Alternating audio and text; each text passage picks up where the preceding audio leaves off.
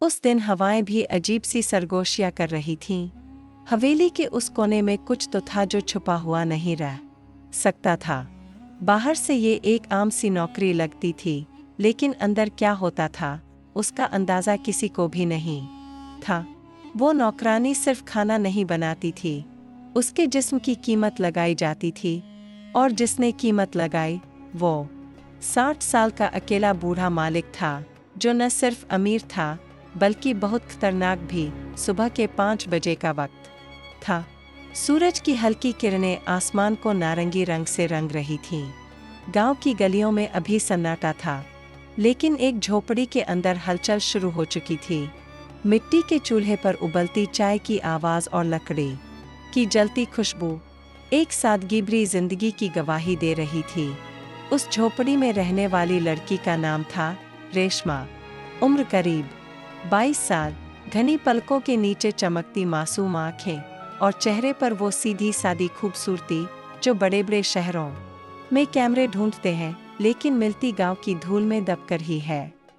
रेशमा की माँ खाट पर लेटी थी, कमजोर और बीमार। उसने खांसते हुए आवाज दी, रेशमा बेटा जरा दवा दे दे, बहुत जकड़न हो रही है। रेशमा ने जल्दी से बिस्लेरी की बोतल में भरा पानी उठाया, माँ को सहारा देकर बैठाया और दवा दी। फिर कपड़े बदलकर एक पुराना छोटा सा बैग उठाया और दरवाजे की ओर बढ़ी। अम्मा, देर हो जाएगी, आज से नई नौकरी शुरू कर रही हूँ। ठाकुर साहब की हवेली में बड़ी नौकरी है और तनख्वाह भी ठीक है। माँ की आंखों में चिंता थी, मगर जुबान पर आशीर्वाद। ख्याल रखना बेटा, ठाकुर हरेराम बड़ा आदमी है, मगर उसकी नजरें। खैर, तुझे तो पता है ज़माना कैसा है। रेशमा ने माँ के माथे पर हाथ रखा और कहा, अम्मा तू फिक्र मत कर, मैं बहुत संभल कर चलूंगी। झोपड़ी से बाहर निकली रेशमा धूल भरी पगडंडी पर पैदल चल पड़ी। उसके कदम तेज थे, मगर दिल थोड़ा डरा हुआ। हवेली की कहानियां उसने सुनी थीं, कहानियां जो दबी आवाज़ों में गांव की औरतें एक दूसरे को बताती थीं। करीब आधा घंटा पैदल चलकर वो हवेली के फाटक तक पहुंची। ठाकुर हरेराम सिंह की हवेली, गांव की सबसे बड़ी और सबसे पुरानी कोठी। ऊंची दीवारें, भारी दरवाज़ा और अंदर एक अजीब सा सन्नाटा। कौन है? चौकीदार ने पूछा। मैं, रेशमा, ठाकुर साहब के यहाँ नौकरी के लिए आई हूँ। चौकीदार ने सर से पैर तक देखा। उसकी निगाहों में भी वही भूख थी जो रेशमा अनजाने में कई बार महसूस कर चुकी थी। अंदर चलो, ठाकुर साहब ड्राइंग रूम में होंगे, उसने दरवाज़ा खोलते हुए कहा। रेशमा ने गहरी सांस ली और अंदर कदम रख दिया। हवेली के अंदर की ठंडक ने एक अजीब सा डर उसके दिल में भर दिया। सामने की दीवारों पर बड़े बड़े शिकार के सिर टंगे थे, और कोने में एक पुराना झूमर धीरे धीरे हिल रहा था, जैसे कोई अदृश्य हवा उसे छू रही हो। ठाकुर हरेराम सिंह, 60 साल का आदमी, सिगार के धुएं में डूबा सोफे पर बैठा था। उसके चेहरे पर उम्र की झुर्रियां तो थीं, लेकिन नजरों में हवस की ताजगी अब भी जिंदा थी। तुम ही रेशमा हो? उसकी आवाज भारी थी, मगर मुस्कुराहट शातिर। रेशमा ने हल्के से गर्दन हिलाई। जी साहब, ठाकुर ने एक लंबा कश लिया और कहा, काम तो आसान है। सुबह 6 बजे से रात 10 बजे तक खाना बनाना, सफाई करना, और जो कहा जाए वो करना। कोई सवाल नहीं।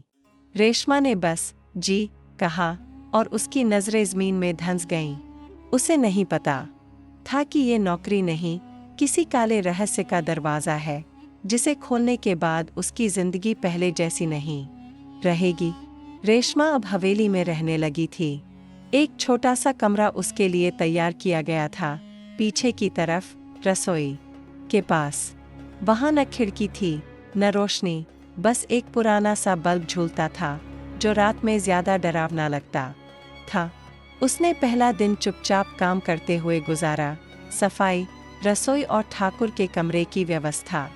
ठाकुर दिन भर अपने कमरे में बैठा रहता, सिगार के धुएं में लिपटा हुआ, लेकिन उसकी नज़रें बार बार रेशमा को ढूंढती रहती। शाम के वक्त ठाकुर ने नौकर को भेजा, रेशमा को मेरे कमरे में भेज दो।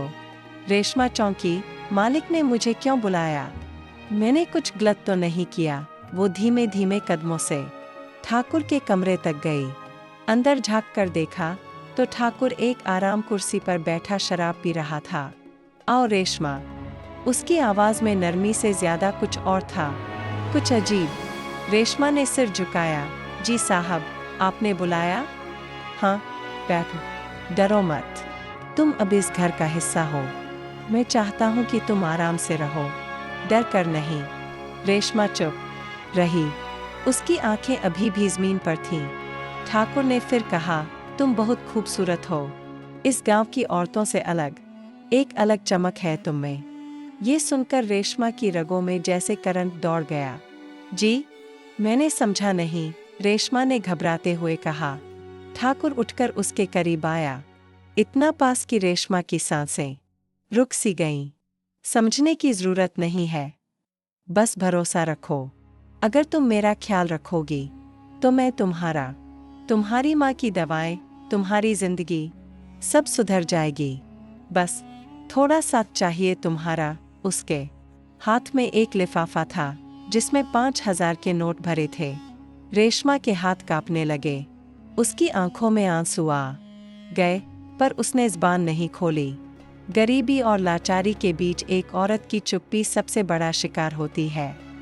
ठाकुर ने उसका हाथ पकड़कर कहा, सोच लो, तुम्हारे जैसे हजारों लोग इस मौके का इंतजार करते हैं। मैं तुम्हें सिर्फ काम वाली नहीं बनाना चाहता, तुम्हें खास बनाना चाहता हूँ। रेशमा जैसे पत्थर बन गई थी।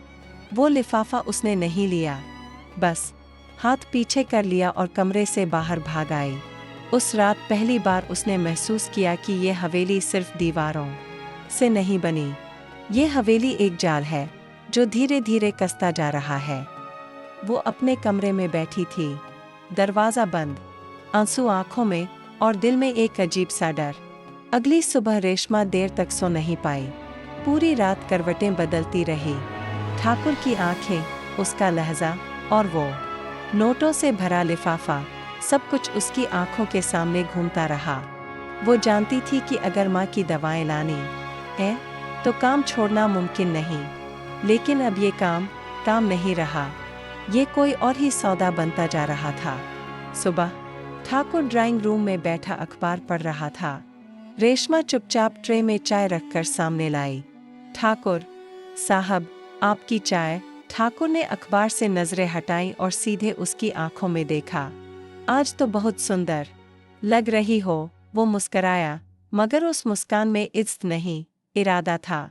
रेशमा ने जवाब नहीं दिया, सिर झुकाकर ट्रे रख दी और पलटने लगी। ठहरो। ठाकुर की आवाज थोड़ी सख्त हुई। रेशमा वहीं रुक गई। उसकी पीठ ठाकुर की तरफ थी। तुम्हारी माँ की दवा मिल गई? रेशमा ने धीमे से जवाब दिया, नहीं साहब, पैसे नहीं हैं। ठाकुर ने मेज की दराज से वही लिफाफा फिर निकाला, मगर इस बार उसके साथ उसकी निगाहों में एक चुप धमकी भी थी। ये ले लो और माँ की दवा ले आओ। जब जरूरत हो बस मुझे बता देना, मैं सब करूँगा। बदले में बस इतना चाहूँगा कि तुम मेरी बात मानो। रेशमा अंदर से कांपी। इस बार उसने लिफाफा थामा तो सही, मगर हाथ अब भी कांप रहा था। ठाकुर ने फिर कहा, तुम बहुत सीधी लड़की हो रेशमा, लेकिन ये दुनिया सीधों को कुचल देती है। मैं चाहता हूँ कि तुम सिर्फ मेरी बन जाओ, कोई तकलीफ नहीं होगी फिर। रेशमा ने एक पल के लिए उसकी आंखों में झांका और वो देख लिया जो अब तक अनदेखा करने की कोशिश कर रही थी। वो अब और नहीं रुक पाई। ट्रे उठाई, चुपचाप पीछे मुड़ी और कमरे से बाहर निकल गई। लेकिन ठाकुर के होठों पर अब भी वही मुस्कान थी। वो जानता था कि अब जाल फेंका जा चुका है और शिकार जल्द ही फंसेगा। शाम के 4 बजे का समय था। हवेली की दीवारें धूप से तप रही थीं, मगर अंदर एक अजीब सी ठंडक थी। ऐसी ठंडक जो किसी खौफनाक साए की तरह रेंगती थी। रेशमा रसोई में बैठकर बर्तन साफ कर रही थी, लेकिन उसका ध्यान कहीं और था। ठाकुर की बातें उसके चेहरे की मुस्कुराहट और वो नोटों से भरा लिफाफा जो अब उसकी अलमारी में दबा रखा था। उसी वक्त चौकीदार फिर आया। ठाकुर साहब ने कहा है, आज रात खाना तुम उनके कमरे में परोसना। रेशमा का दिल धड़क उठा, मगर वहां तो और भी नौकर है। सबके सामने नहीं। चौकीदार ने उसकी बात काटी। ठाकुर साहब ने साफ कहा है, आज सिर्फ तुम। रेशमा ने कुछ नहीं कहा, बस चुपचाप सिर झुकाकर खाना तैयार करने लगी। अंदर से जैसे कोई जिंदा लाश सी महसूस हो रही थी, जो हर सांस के साथ अपनी हिम्मत खोती जा रही थी। रात के 8 बजे ट्रे में खाना सजाकर वो ठाकुर के कमरे के दरवाजे तक पहुंची। कमरे का दरवाजा हल्का सा खुला था। अंदर रोशनी धीमी थी, पर्दे खिंचे हुए, और कोने में शराब की बोतल खुली पड़ी थी। रेशमा ने दरवाजे पर हल्का सा दस्तक दी। साहब, खाना ले आई हूँ, आ जाओ। अंदर से आवाज आई। जैसे ही वो कमरे में दाखिल हुई, ठाकुर सोफे पर बैठा था, एक हाथ में गिलास, दूसरे में रुमाल। उसके चेहरे पर वही पुरानी मुस्कुराहट थी, मगर अब उसमें कोई लिहाज बाकी नहीं था। बैठो, तुम भी खाना खाओ मेरे साथ, उसने कहा।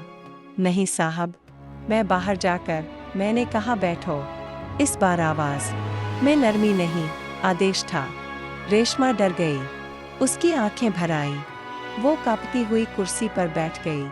ठाकुर उसके करीब आया और बोला, तुम बहुत समझदार हो रेशमा, और समझदार लड़कियां दुनिया में बहुत आगे जाती हैं, अगर उन्हें कोई रास्ता दिखाने वाला हो।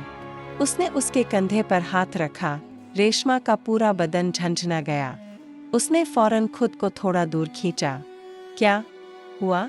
ठाकुर बोला, मैं कोई गैर नहीं हूँ, तुम्हारा मालिक हूँ, और शायद आने वाला कुछ और भी। रेशमा अब और नहीं सुन पा रही थी। उसकी आंखों से आंसू बहने लगे। उसने खुद को समेटा और धीरे से कहा, मुझे जाने दीजिए साहब। ठाकुर ने एक लंबी सांस ली और उसकी आंखें लाल हो गईं। ठीक है, जाओ आज, लेकिन याद रखना, ये नौकरी, ये पैसे और तुम्हारी माँ की जिंदगी अब सब मेरे हाथ में है। रेशमा दरवाजे से निकलकर अपने कमरे में भाग गई। वो दरवाजा बंद कर फूट फूट कर रोने लगी। वो अब समझ चुकी थी, ये सिर्फ नौकरी नहीं थी, ये सौदा था, उसके जिस्म और आत्मा का सौदा। रात आधी गुजर चुकी थी। रेशमा अपने छोटे से कमरे में कोने में सिमटी बैठी थी। उसका चेहरा आंसुओं से भीग चुका था और आंखें खुली थीं, मगर उनमें अब डर से ज्यादा खामोश असहायता थी। लिफाफे के नोट अब तक उसकी अलमारी में पड़े थे, जैसे जलती हुई राख, जो दिखाई नहीं देती मगर अंदर से सब जला देती है। अचानक दरवाजे पर दस्तक हुई, बहुत धीमी मगर बहुत भारी। ठक ठक ठक। रेशमा कांप गई। इतनी रात को कौन? रेशमा, ये आवाज चौकीदार की थी। ठाकुर साहब ने बुलाया है। अभी। रेशमा ने कुछ नहीं कहा। उसके होंठ सिल गए थे। उसकी आंखें बस दरवाजे को देख रही थीं, जैसे वहां से अंधेरा अंदर घुस आया हो। कह दो साहब से, मैं नहीं आ सकती, उसने पहली बार मना किया। चौकीदार थोड़ी देर चुप रहा, फिर धीरे से बोला, ठाकुर साहब ने कहा है कि अगर नहीं आई तो तुम्हारी माँ के इलाज के पैसे अब नहीं मिलेंगे और अस्पताल से निकाल दिया जाएगा। ये सुनते ही रेशमा की सांसें थम गईं। उसकी माँ पिछले 2 दिन से ज्यादा बीमार थी। डॉक्टर ने एडमिट करने को कहा था, और रकम? रेशमा के पास कुछ नहीं था। अब वो पल नहीं था कि वो कुछ सोच सके।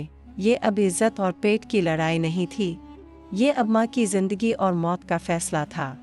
उसने कांपते हुए अपने पैर जमीन पर टिकाए और धीरे धीरे खड़ी हो गई। आंसू बहते रहे, लेकिन आवाज नहीं निकली। ठाकुर का कमरे की बत्तियां हल्की थीं। शराब की खुशबू हवा में घुली हुई थी। ठाकुर एक नीली सिल्क की शेरवानी में था। उसकी आंखें लाल थीं और चेहरा नशे से चमक रहा था। जैसे ही रेशमा अंदर आई, ठाकुर मुस्कराया। आ गई मेरी रेशमा, उसकी आवाज अब मालिक की नहीं, शिकारी की थी। रेशमा चुपचाप खड़ी रही, न विरोध न इजहार। ठाकुर ने एक पल उसकी आंखों में देखा, फिर धीरे से उसके पास आया। आज सिर्फ साथ बैठो, कोई जबरदस्ती नहीं। मैं बस चाहता हूँ तुम मेरी नजदीक रहो। कुछ पल रेशमा की आंखों से बहते आंसू अब रुक गए थे। अब वहां सिर्फ एक खालीपन था, जैसे किसी ने उसके अंदर से रूह खींच ली हो। वो बैठ गई उसी सोफे के कोने पर जहां कभी कोई इज्जत नहीं बचती। ठाकुर ने धीरे से उसका हाथ थामा और कहा, देखो कितना आसान था, तुम्हें दर्द नहीं होगा। मैं तुम्हें हीरो में लपेट सकता हूँ, बस तुम मेरी रहो। रेशमा ने अब भी कुछ नहीं कहा, मगर उसके भीतर एक दीवार थी जो आज पहली बार दरकने लगी थी। अगली सुबह रेशमा चुपचाप आंगन में झाड़ू लगा रही थी। आंखें सूजी हुई थीं, शरीर थका हुआ और मन पूरी तरह सुन्न। लेकिन उसके भीतर एक अजीब सा तूफान उठ रहा था, जैसे कुछ टूटने वाला हो या कोई पर्दा उठने वाला हो। इसी बीच हवेली के पुराने हिस्से से एक हल्की खांसी की आवाज आई। रेशमा चौंकी। वो हिस्सा सालों से बंद था। ठाकुर खुद भी उधर नहीं जाता था। सिर्फ एक बूढ़ा नौकर शिवलाल, जो ठाकुर के बचपन से इस हवेली में था, वहां कभी कभी दिखता था। रेशमा ने झिझकते हुए कदम बढ़ाए।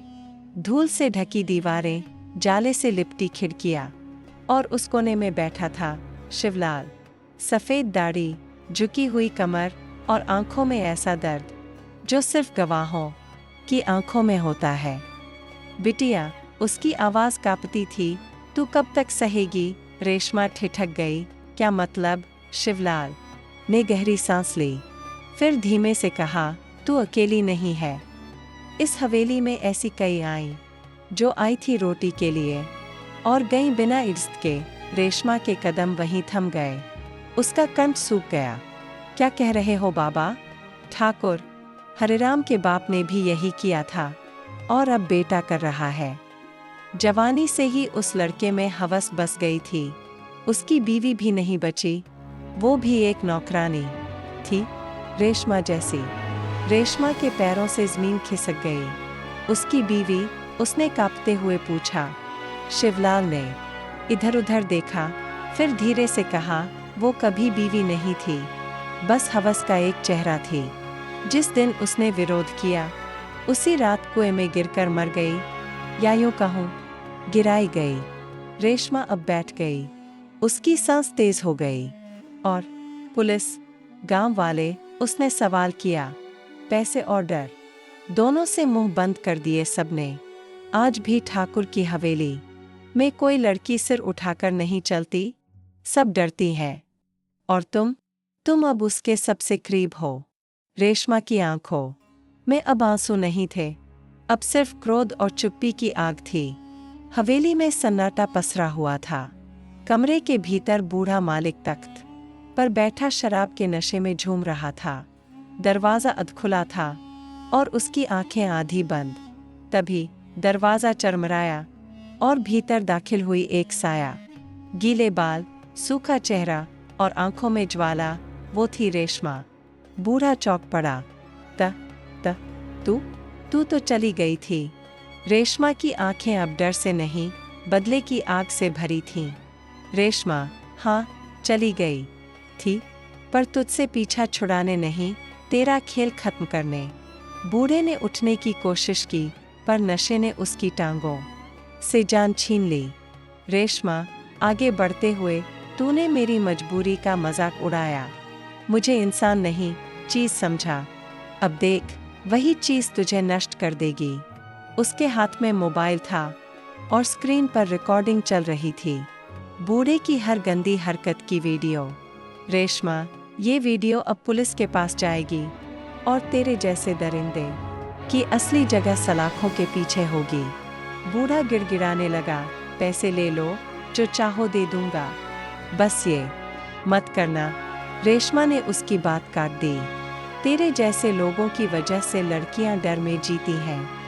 अब डरने की बारी तेरी है। रेशमा ने पुलिस को कॉल किया। तभी हवेली में 2 कांस्टेबल घुसे। उन्होंने बूढ़े को धर दबोचा। वो चिल्ला रहा था, झूठ है ये सब, मैं बेकसूर हूँ। पुलिस अफसर ने उसकी गर्दन पकड़ते हुए कहा, बूढ़े, तेरा वक्त खत्म हो गया है। अगली सुबह हवेली में अब कोई शोर नहीं था, बस शांति। रेशमा अपने छोटे भाई को लेकर शहर छोड़ चुकी थी। उसके चेहरे पर सुकून था। वो अब कमजोर नहीं, बहादुर और आज़ाद थी। कहानी का संदेश, कभी किसी की मजबूरी को उसकी कमजोरी मत समझो। वक्त आने पर वही मजबूरी बर्बादी बन जाती है।